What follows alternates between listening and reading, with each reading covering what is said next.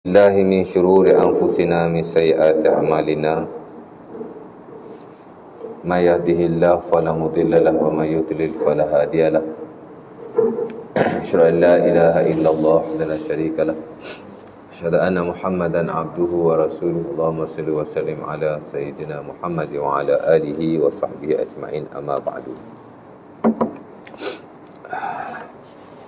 Rabbana zidna ilma warzuqna fahma taqabbal minna innaka antas samiul alim. Alhamdulillah rabbil alamin. Salam biik turun aja ni. Biik turun aja. Mic baru ah. Tak kamu duk. Kita jatuh lah. Haji semayang dia elok dengar. Pertama kali syukur kepada Allah Subhanahu Wa Taala. Kerana pada malam ini kita dapat sama berkumpul di surau ini, dan kita telah pun solat maghrib secara berjemaah. Kemudian dengan sedikit masa yang ada ini, mungkin kita boleh kongsikan. Turun aja.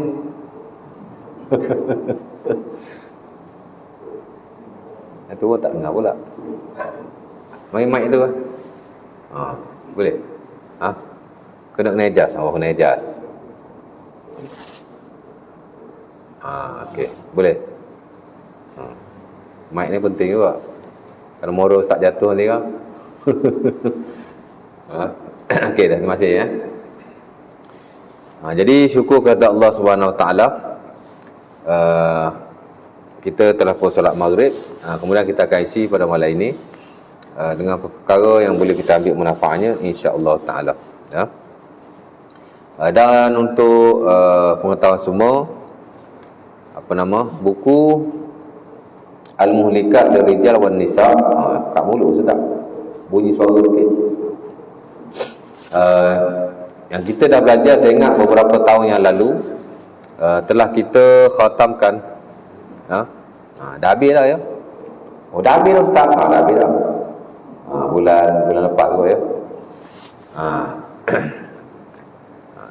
Dan kalau tuan-tuan masih ingat, saya mengambil masa mengajar buku itu, saya ingat dah lama dah ya. Ingat 7 tahun kot. Saya bukan baru di surau ni, dah lama dah kalau 7 tahun.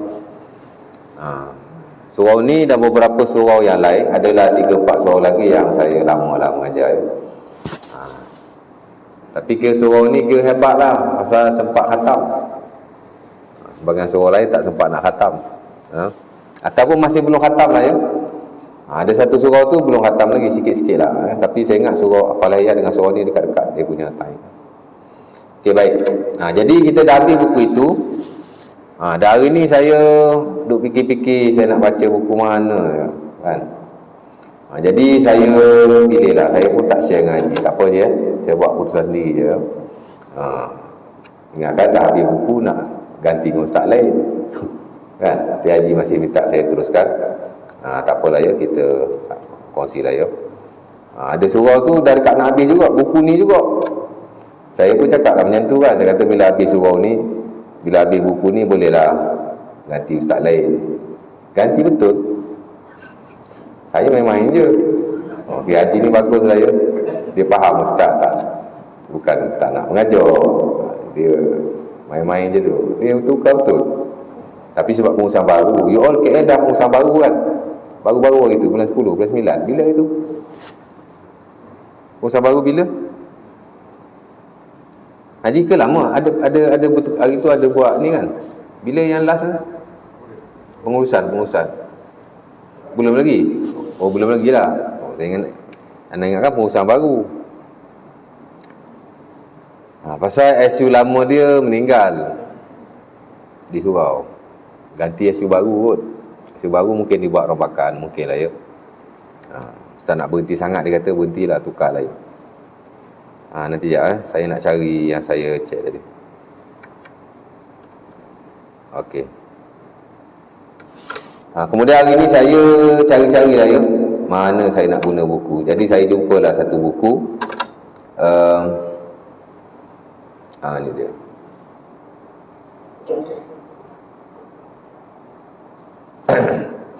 Saya jumpa satu buku, setelah saya lihat beberapa buku yang lain lah ya.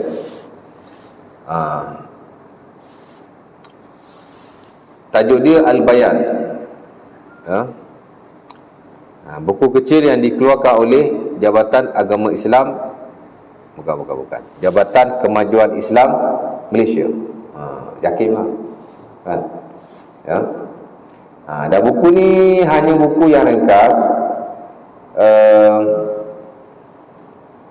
Berapa muka surat lah? Mana muka surat dia?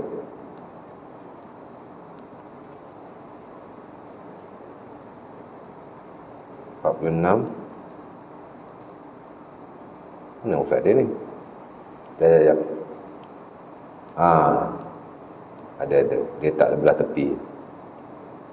47.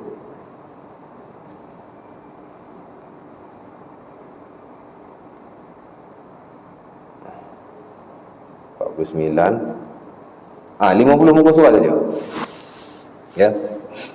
Buku ni hanya 50 muka surat saja. Jadi dia hanya buku yang kecil lah ya. Tapi saya pilih buku ni atas beberapa sebab lah ya. Saya duduk tengok-tengok kan.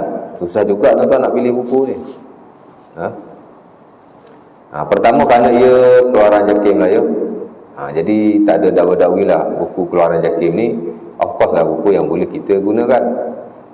Pasal hari ni ada buku-buku yang tak digunakan untuk kita mengajar sebenarnya. Saya tak pastilah di peringkat Kuala Lumpur. Tapi kalau di Selangor memang ada buku-buku yang kita tak boleh ajar. Ya? Walaupun masih ada yang mengajar, tapi di peringkat negeri tidak dibenarkan lah ya. Buku Hidayatus Salikin umpamanya di Selangor tak dibenarkan. Itu bukan Selangor, itu JAKIM, sorry, silap. Selangor buku lain, Sirul Asrar tak dibenarkan. Ada punya list tu, saya tak ingat. Tapi ada buku yang tak dibenarkan mengajar ya. Tapi kalau buku JAKIM memang boleh lah ya. Nampak? Dan tak ada dakwa-dakwi buku ni tak boleh diajar ataupun untuk orang tertentu, tidak. Buku ni dikeluarkan untuk masyarakat umum ya.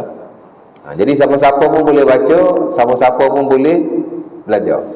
Buku yang dikeluarkan oleh Jabatan Kemajuan Islam Malaysia ya. Jadi dia ditulis untuk semua lapisan masyarakat. Budak-budak boleh baca buku ni. Very straight to the point ya. Jadi metod yang digunakan betul-betul metod yang baguslah dalam sistem penyampaian ilmu ya. Bahkan ia juga adalah metodologi wahyu sebenarnya ya. Kerana Al-Quran, begitu juga hadis-hadis Nabi SAW, kita boleh kata keseluruhannya adalah yang berbentuk sedemikian, mudah nak faham very simple ya. Ayat Quran ni kalau kita lihat memang ada ayat yang panjang-panjang, ada surah yang panjang-panjang, tapi dia punya perkataan tu very straight to the point ya. Hadis Nabi pun sama lah ya. Jadi dia ikut metodnya itu. Yang kedua kerana buku ni dia ada PDF.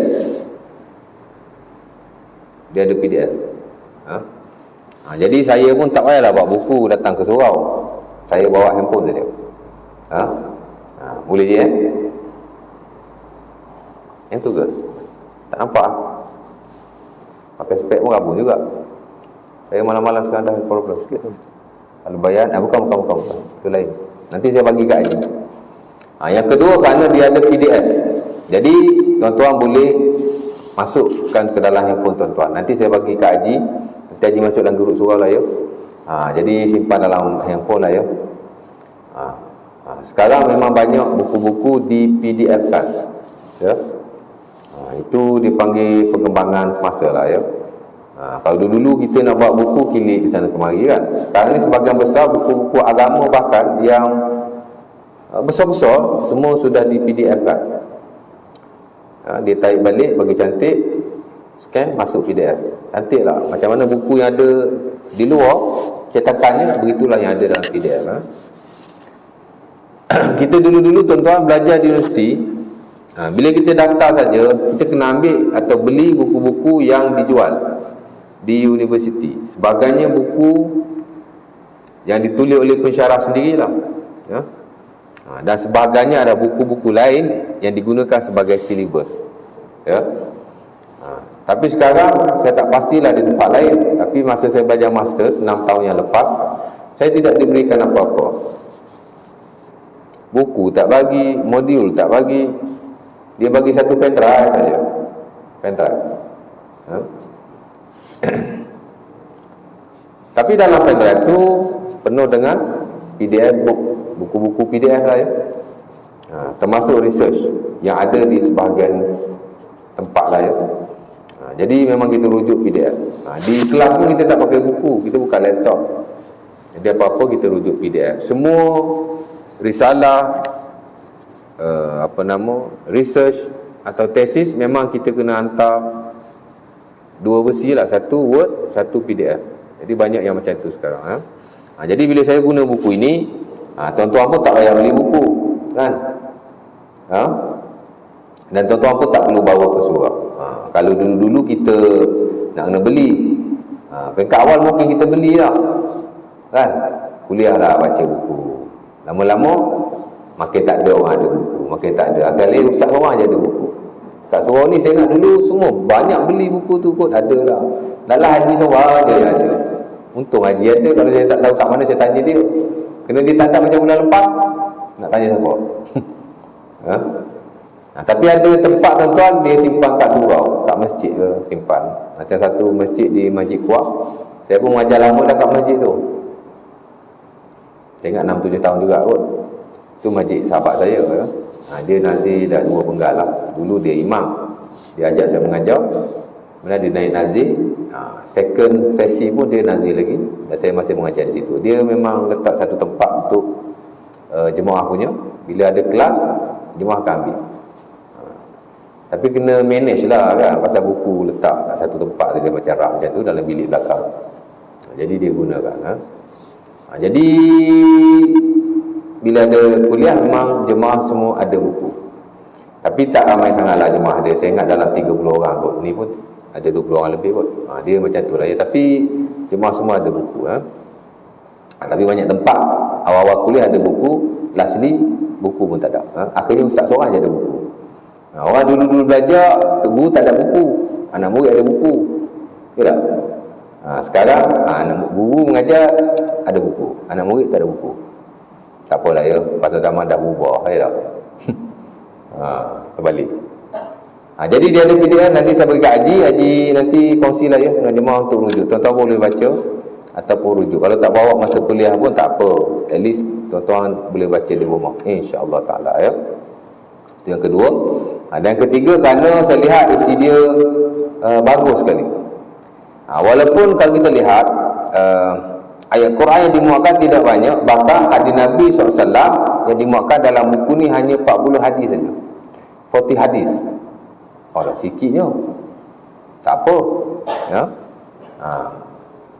Banyak ulama kita yang karang 40 hadis je pun, kan? Al-Imam An-Nawawi rahimahullah 40 hadis. Al-Imam Ibn Taymiyah rahimahullah pun ada buku 40 hadis.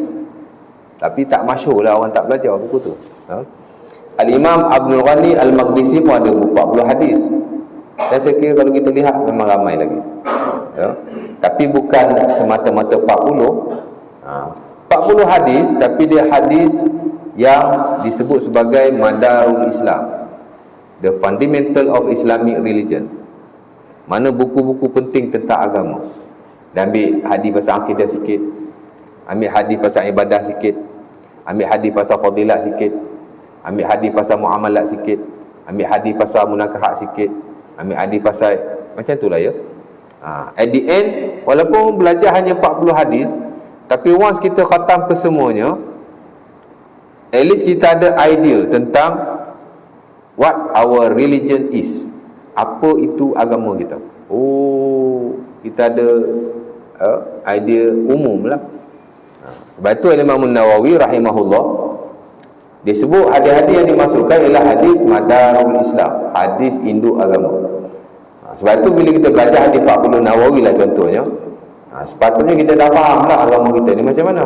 Sepatutnya macam tu. Sebab dia bukan semata-mata hadis, bukan hadis tu saja, tapi dia hadis yang mencakupi seluruh orang kata apa, agama lah, agama keseluruhan ya. Sebab tu disebut sebagai Madarul Islam. Nak translate pun saya tak tahu. Madarul Islam, apa nama, induk agama ya. Fundamental agama.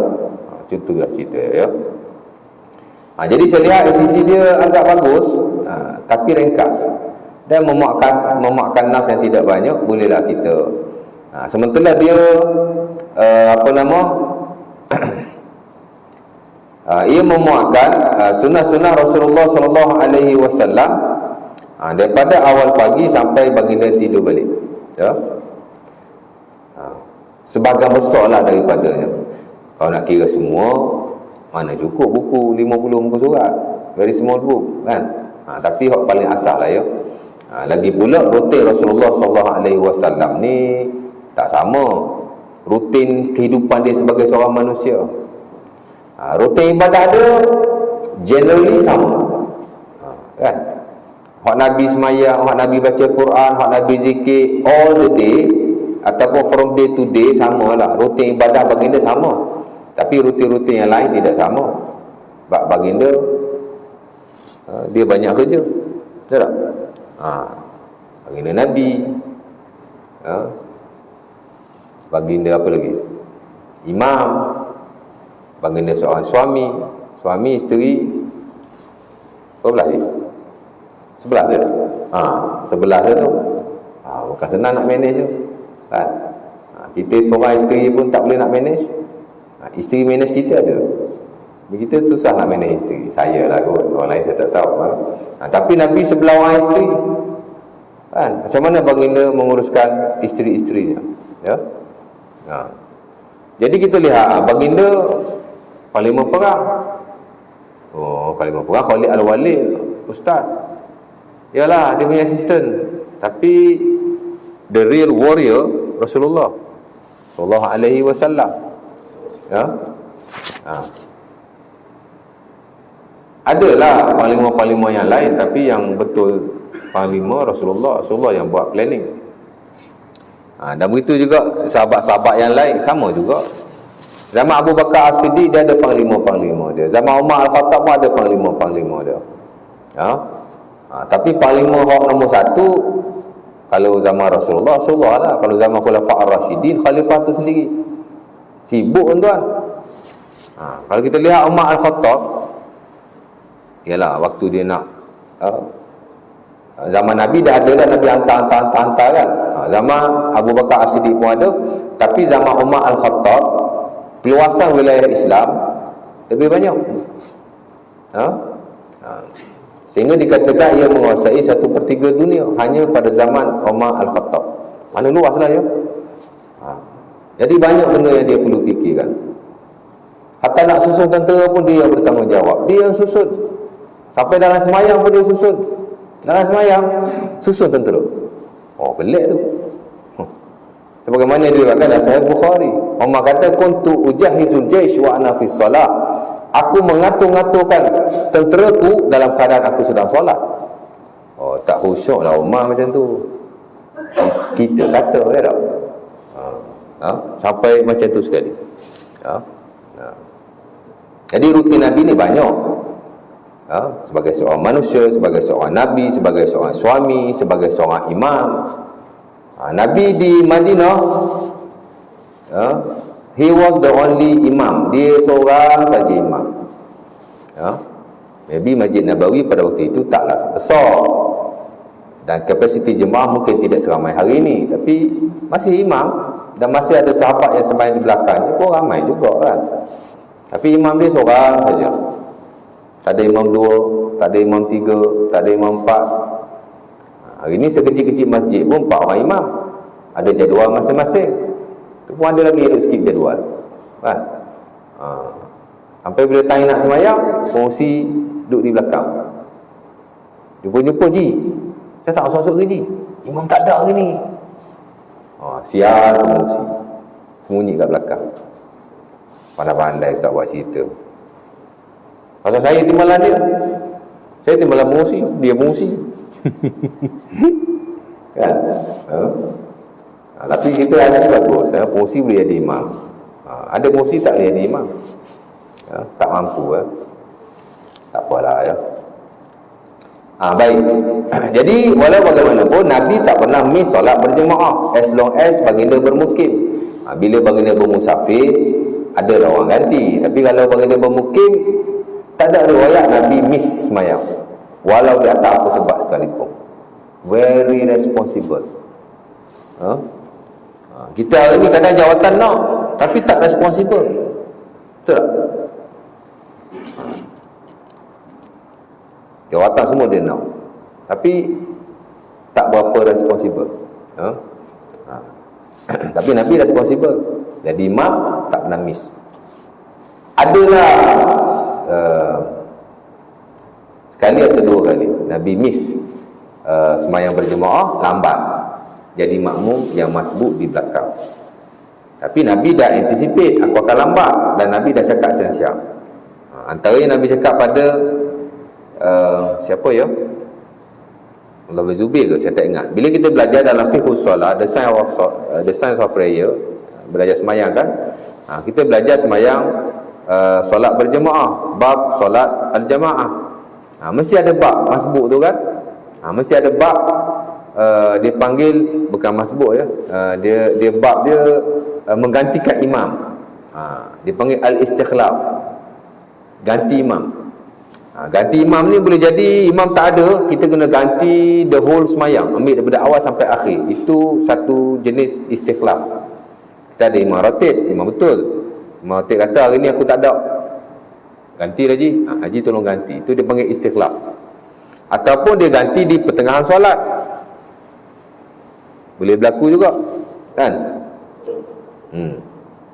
Tengah-tengah semayang imam batal, naiklah kan orang di belakangnya. Sebab tu yang berada di belakang sebaik-baik orang yang boleh menggantikan imam sebaik-baik lah ya.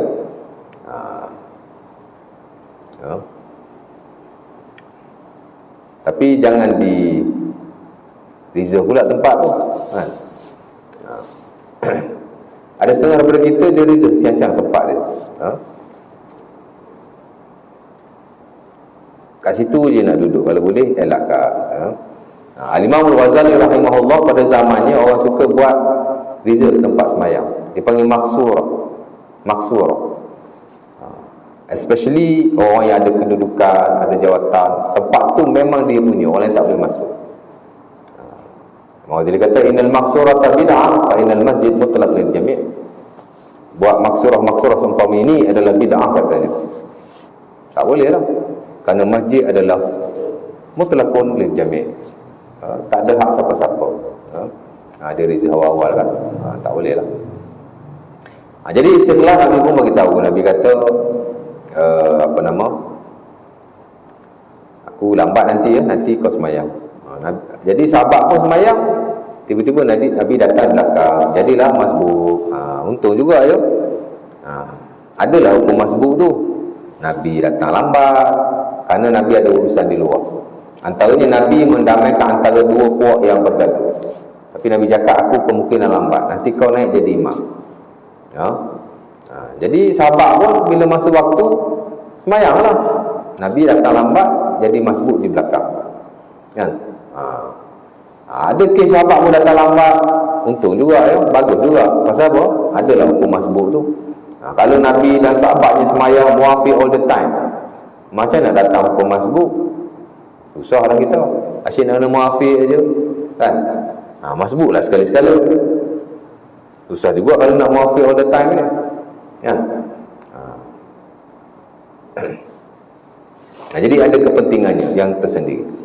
Jadi Nabi banyaklah jawatan-jawatan yang lain. Jadi nak cerita rutin Nabi ni tidak sama setiap hari, ada perbezaan. Nabi qadi tuan-tuan, qadi jadi hakim. Kalau bergaduh suami isteri, Nabi yang menghakiminya kan. Ada suami tuduh isteri berzina. Hilal bin Umayyah dituduh isteri dia berzina. Macam mana nak buat? Tak tahu. Allah Ta'ala turun ayat li'an kan, sumpah laknat suami isteri itu. Ataupun isteri nak berpisah dengan suaminya tak mau, kan? Nabi suruh bayar pampasan, dipanggil khulu'. Akhirnya Nabi belaka, dipanggil qadi. Nabi jadi qadi, Nabi jadi hakim. Ada orang dia berebut harta, pusaka, ada juga kan. Dulu masa mak dia hidup, dia bagi tanah kat mak dia. Tiba-tiba bila mak dia mati, ni kita belajar dalam bab faraid lah ya. Ataupun bab hibah pun belajar juga, pemberian hibah ya. Mak dia hidup, dia bagi kat mak dia. Bila mak dia mati, dia nak balik. Dia cakap kat adik-beradik dia, ini aku punya ya, pasal aku yang bagi kat mak. Mereka berjumpa lah Rasulullah SAW ya, pasal mereka rasa itu mereka ada hak ya. Nabi pun membahagi secara faraid, pasal dia dah bagi kat mak dia, itu dah jadi harta mak dia ya. Dan bila jadi harta mak dia, pasal dia dah bagi kat mak dia kan. Jadi mesti dibahagi sebagai harta pusaka lah kan. Hari ni pun ada yang berlaku macam tu ya. Dia repair rumah mak dia, bila mak dia mati, dia nak claim balik yang dia repair rumah mak dia tu. Ada wajib berlaku je ya? Tak boleh, melainkan kalau kita buat penyanyi awal-awal. Tapi kalau dia semata-mata baiki ataupun ada kes dia robohkan rumah mak dia, dia buat rumah baru untuk mak dia mati, dia nak balik rumah tu ya. Jadi adik-beradik dia jumpa saya kata tak boleh lah, tapi terpulang kepada tolak ansur masing-masing lah ya. Kita dulu mak kita duduk rumah buruk, kita tak kisah pun, dia yang tolong buat kan, dia yang tolong repair kan. Tapi kalau diikutkan tak boleh juga, pasal itu dah jadi hak pusaka. Allah Ta'ala alam, saya kata bincang dulu. Tapi dia nak minta, dia tak ada hak. Tapi kalau ada balik lain nak kembalikan kepada dia kerana ihsan daripada mak kita, saya rasa itu lebih baik. Macam itulah cerita dia ya. Jadi Nabi qadi, orang berebut harta Nabi menyelesaikan. Jadi of course lah rutin Nabi setiap hari tidak sama tuan-tuan ya. Tapi rutin ibadah Rasulullah SAW sama. Sebab itu bila kita belajar tentang amalan ataupun rutin Rasulullah SAW, lebih merujuk kepada rutin ibadah, bukan rutin selain ibadah, kerana Nabi dia tidak sama kerja buat dia ya. Kok sama ni ibadah, kok boleh berlaku hari-hari secara sama saja ya. Baik. Jadi saya rasa buku nama sesuai sekali. Nama dia Al-Bayan. Al-Bayan ni maksud keterangan tuan-tuan. Kemudian tajuk di bawah tu seharian bersama Rasulullah SAW ya. Sebenarnya buku-buku berkait dengan seharian bersama Rasulullah SAW dah ada yang dikarang kata dalam bahasa Arab pun ya. Saya ada buku yang dikarang oleh Syekh Muhammad bin Abdul Wahab At-Tarifi. Ada sesi juga sebut Muhammad bin Abdul Wahab. Ramai orang nama Muhammad bin Abdul Wahab kan? Itu Muhammad bin Abdul Wahab At-Tamimi. Orang yang baru kata Wahabi itulah. Ini Muhammad bin Abdul Wahab At-Tarifi ya. Seorang pelajar jurusan hadis PhD yang duduk di Saudi ya. Dia karang Al-Yawmun Nabawi, The Day of the Prophet. Dan saya pernah baca buku itu dulu di surau As-Sakinah di Shah Alam. Pada peringkat awal dulu saya baca buku tu. Buku tu tak ada Melayu, ada Arab saja saya baca buku tu. Tapi bila saya dah jumpa satu buku yang lain, buku yang dikarang oleh Dr. Syarif Jasar tentang seharian bersama Rasulullah SAW ataupun sunnah Muslim sepanjang hari, saya baca buku tu. Pasal buku tu buku Melayu ya. Tapi saya tak naklah baca buku tu di sini atau di mana, sebab buku tu dia agak tebal ya. Hampir 300 muka surat. Saya mengajar surah tu 6-7 tahun juga, antara surah lama juga saya mengajar, baru separuh ya. Tu pun saya tak baca word by word, saya ambil poin-poin je, muka surat ni poin ni, dia lambat nak habis sikit sebab dia buku yang tebal ya. Dan mungkin ada lagi penulis-penulis yang lain yang mana bila merujuk kepada seharian bersama Rasulullah SAW, biasanya dia merujuk kepada rutin ibadah yang Rasulullah SAW lakukan setiap hari. Walaupun sebenarnya rutin ibadah ni pun banyak, kan? Ada ulama kita karang 1000 sunnah Nabi, 1000 sunnah Nabi SAW, 1000 sunnah Rasulullah SAW. Ada alfu sunani Rasulullah SAW, 1000 sunnah Rasul. Ambil daripada bangun tidur, ibadatnya, wuduknya, semayang, campur 1000 sunnah. Banyak tuan. Tahu sunnah nombor 1? Bangun tidur sapu muka. Kerana Nabi idza istaqaza min al-lail yamsah anhu an-naum. Kata Huzaifah radhiyallahu taala anhu dalam Ibnu Sunni, Amalul Yawm wal Lailah, tak silap saya, ataupun ada dalam Sahih Bukhari atau Muslim juga, Nabi bila bangun tidur, Nabi menyapu mukanya untuk mengelakkan dia mengantuk. Bangun tidur sapu muka. Ramai kita tak pernah buat. Pernah buat? Tak tahu kan? Jarang ada orang tahu, ada orang tak tahu. Tapi jika diberi pendedahan, kita tahulah. Baru Nabi baca alhamdulillahilladzi ahyana ba'dama amatana wa ilaihin nusyur. Very simple sunnah. Sunnah simple sekali.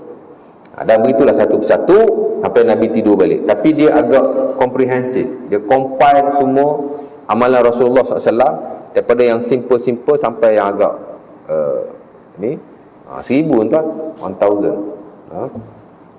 Tapi buku ni tak banyak lah, walaupun dia mencakupi keseluruhan harian Rasulullah in one day, tapi tak adalah sampai macam tu sekali ya. Dia tak banyak lah ya. Baik. Kemudian nanti tuan-tuan akan tengoklah, saya akan bagi buku ni pada tuan-tuan. Buku ni ditulis oleh Dr. Aizam Mas'ud. Terkenal lah dia ni, semua kenal. Kenal? Kenal je? Tak kenal? InsyaAllah. Dr. Aizam Mas'ud ni dia pegawai lah di Jabatan Kemajuan Islam JAKIM sejak dulu lagi. Ya. Dia ni ketua editor, Dr. Muhammad Aizam Mas'ud. Dia di sana masa ustaz biasa lagi. Kemudian dia sambung-sambung, dia dapat doktor. Famous lah dia ni kan. Cuma jarang masuk TV lah ya. Pasal dia orang yang bercakap banyak fakta. Baguslah dia, mungkin dia busy kot, tak tahulah ya. Tapi saya jarang tengok dekat TV, tak pernah kot. Tapi dia antara ustaz yang bagus lah di JAKIM. Very good. Dia seorang yang kita boleh kata ilmuwan jugalah ya. Di samping yang lain. Cuma dia ketua editor lah. Mungkin dia ada tim dia. Grafik dia pun bagus ya. Pasal JAKIM kan, dia ada peruntukan jadi dia boleh buat. Ada buku ni dia merangkumi beberapa bab. Pertama dimulai dengan mukaddimah. Saya baca buku ni next time lah ya. Saya bagi sinopsis awal saja. Dimulai dengan mukaddimah, menyebut akan perkara umum bersabit dengan sunnah Rasulullah SAW. Itu yang mula-mula sekali. Kemudian dia sebut tentang Rasulullah sebagai qudwah dan uswah. Rasulullah sebagai qudwah dan uswah. Itu bab yang pertama selepas mukaddimah. Apa nak qudwah? Qudwah ni makna ikutan. Uswah contoh. Laqad kana lakum fi Rasulillahi uswatun hasanah liman kana yarjullaha wal yawmal akhir. Surah Al-Ahzab ayat 21. 21. Nabi adalah qudwah dan uswah. Nabi adalah ikutan dan contoh kepada kita semua. Ya.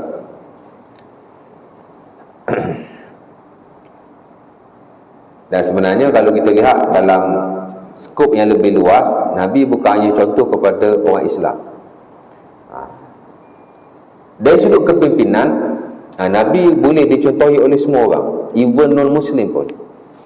Ada non-Muslim yang karang The Leadership of the Prophet Muhammad. Saya pernah baca buku itu, English. Dia bukan Muslim, saya tak ingat nama apa, 3-4 tahun lepas. PDF juga. Kepimpinan Nabi Muhammad.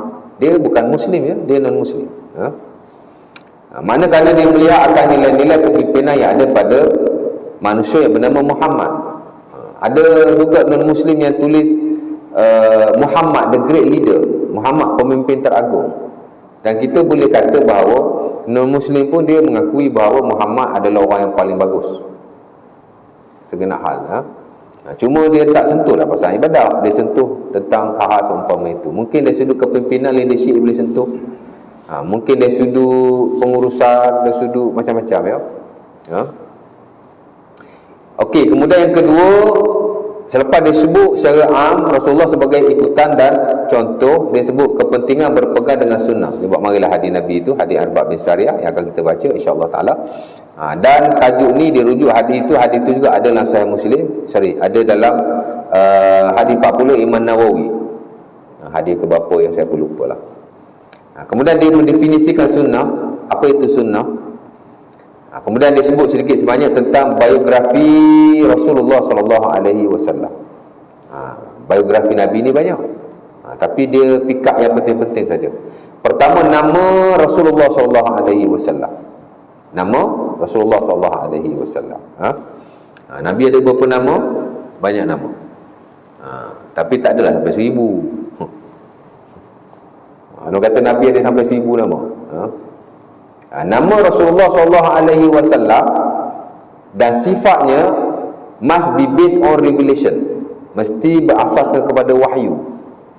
Kita nak panggil Nabi saja-saja dengan nama-nama tertentu walaupun nama tu bagus, tak boleh.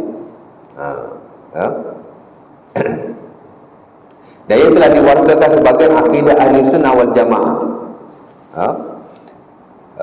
Al-Imam Ibrahim Al-Laqani dalam matannya, ni matan terbesar Al-Asy'ariyah, antara matan yang terbesar lah ya. Dia sudah menyebutkan bahawa nama dan sifat Nabi adalah tauqif, yakni must be based on revelation, mesti wahyu. Seumpama nama dan sifat Allah Subhanahu wa taala. Pasal apa? Pasal dia tak nak orang ni berlebih-lebihan. Nabi dia jaga, kan? Nabi SAW memanggil sahabatnya Sayyid, tapi bila orang panggil dia Sayyid, lah As-Sayyid Allah, Nabi larang, kan? Habis tu sebut Allahumma salli ala Sayyidina Muhammad, tak boleh Ustaz? Boleh. Ini cerita secara am. Pasal apa Nabi tak bagi? Nabi takut orang terlebih. Awal-awal lagi dia dah shut, dah stop. Sahabat Nabi SAW bila Nabi lalu dia nak berdiri, Nabi tak bagi, dia tak bangun. Pasal dia tak nak orang terlebih. Tak nak orang terlebih. Pasal manusia memang dia suka berlebih-lebihan. Sebab tu Allah Ta'ala kata wa ja'alnakum ummatan wasata litakunu syuhada'a 'alan nas. Surah apa? Al-Imran, saya tak ingat. Kata Imam Ibn Katsir, wasata at-tawassut baina al-ifrat wa tafrid. Kami telah menjadikan kamu umat yang wasata, pertengahan, di antara kurang dan juga lebih. Kurang orang apa? Orang Yahudi ya.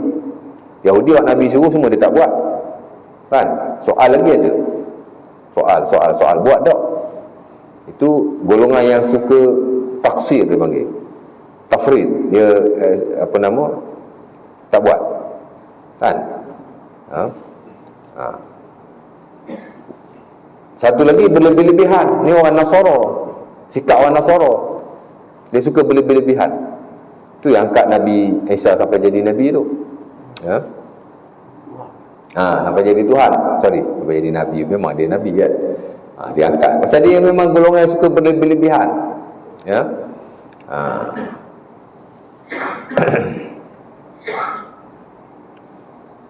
Jadi Nabi tak benar begitu.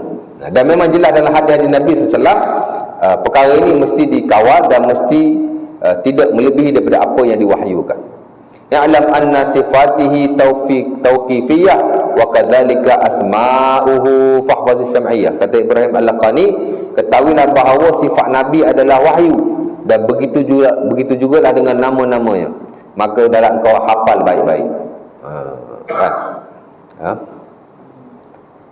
Dalam Quran Allah Ta'ala panggil Nabi dengan beberapa nama, mungkin 10, cukup lah. Berapa nak banyak-banyak? Dalam hadis Nabi SAW, Nabi menamakan dirinya 5, campur 10, 5. Contohlah ya, saya tak baca the whole text, saya tak pastilah nama Nabi dan Quran dan hadis Nabi ni yang keseluruhannya berapa saya tak tahu. Ya. Tapi bila kita baca Quran, adalah Allah Ta'ala sebut Nabi begitu, Nabi begini kan. Kita baca hadis Nabi, adalah Nabi sebut aku nama tu, aku nama ni, anal mahi, anal hasyir, anal aqib, adalah hadis-hadis itu. Tapi kita tak belajar semua kan, tak tahulah ada nama Nabi yang paling banyak berapa. Tapi kalau contoh dalam Quran nama Nabi Allah Ta'ala sebut 10, dalam hadis Nabi, Nabi sebut nama dia 5, campur 15, cukup lah tu kan. Tapi manusia kadang-kadang dia suka berlebihan. Tak cukup 15, nak tambah lagi. Baik, nama Rasulullah SAW, kalau kita tahu sikit pun tak apa. Kemudian tarikh kelahiran Rasulullah SAW, disebut sikit tentang ibu Rasulullah SAW, ibu susuan Nabi, dan isteri-isteri serta anak-anak Rasulullah SAW. Oh, garang sekarang. Oh, kena berhenti itu. Kemudian dia terus kepada sunnah-sunnah harian Rasulullah SAW. Ada sunnah bangun tidur, ada sunnah ketandas, ada sunnah menunaikan solat fajar, ada sunnah menunaikan solat sunat fajar, ada solat sunat duha, ada solat sunat rawatib, ada sunnah bermuamalah dengan manusia. Ya. Pasal selain daripada ibadah-ibadah khususiyah, Nabi SAW juga adalah contoh dalam hal selain daripada itu. Macam mana Nabi SAW berinteraksi dengan orang lain, dengan budak-budak. Nabi mesra dengan budak-budak kan, dengan belia, orang umur belasan tahun, ya, dengan orang tua. Manusia ada tingkatan-tingkatan seumpama itu. Tak adalah kata Islam treat all human the same. Islam ni dia layan orang semua sama saja. Tak, budak-budak mungkin cara yang berbeza dengan orang tua dan belia. Dari sudut tu je lah. Adapun kedudukan di sisi Allah Subhanahu Wa Taala tak ada beza kan. Tak ada makom-makom tertentu, tak ada, sama saja. Inna akramakum indallahi atqakum. Orang yang paling bagus di sisi Allah ialah orang paling bertakwa. Itulah orang yang paling mulia. Tapi dari sudut keduniaan, penghormatan, Nabi bagi juga kan. Hatta kata Aisyah radhiyallahu taala anha, amarana Rasulullah an nunazzilan nas manazilahum.